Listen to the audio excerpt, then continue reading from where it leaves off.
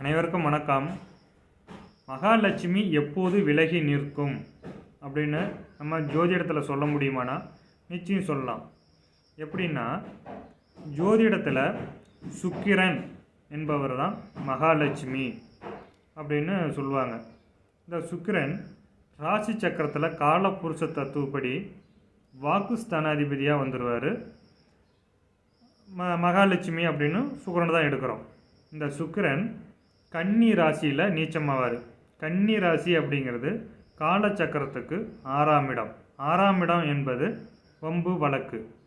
அப்போ வாக்குஸ்தானாதிபதி மகாலட்சுமியான சுக்கிரன் கன்னி ராசியில் நீச்சமாகறார். மகாலட்சுமி போய் கன்னி ராசியில் வம்பு வழக்கில் நீச்சமாகறார் அப்படின்னு எடுக்கும்போது நமக்கு வம்பு வழக்கு சண்டை சச்சரவுன்னு வரும்போது பார்த்திங்கன்னா நல்ல வார்த்தையை யூஸ் பண்ண மாட்டோம். சரியில்லாத வார்த்தையை பேசும்போது மகாலட்சுமி விலகி நிற்கும் என்பதற்காக 6ஆம் இடத்தில் நீச்சம் அப்படிங்கிறத நம்ம இவ்வளோ எளிமையாக புரிஞ்சிக்க முடியும். மகாலட்சுமி சண்டை போடுற இடத்துல நீச்சமாயிரும். அங்கே மகாலட்சுமி இருக்காது. நம்ம பேசுகிற பேச்சில் மகாலட்சுமி நிற்காது.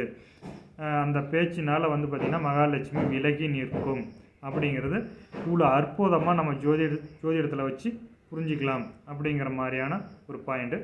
மீண்டும் இன்னொரு பதிவில் சந்திப்போம். நன்றி, வணக்கம்.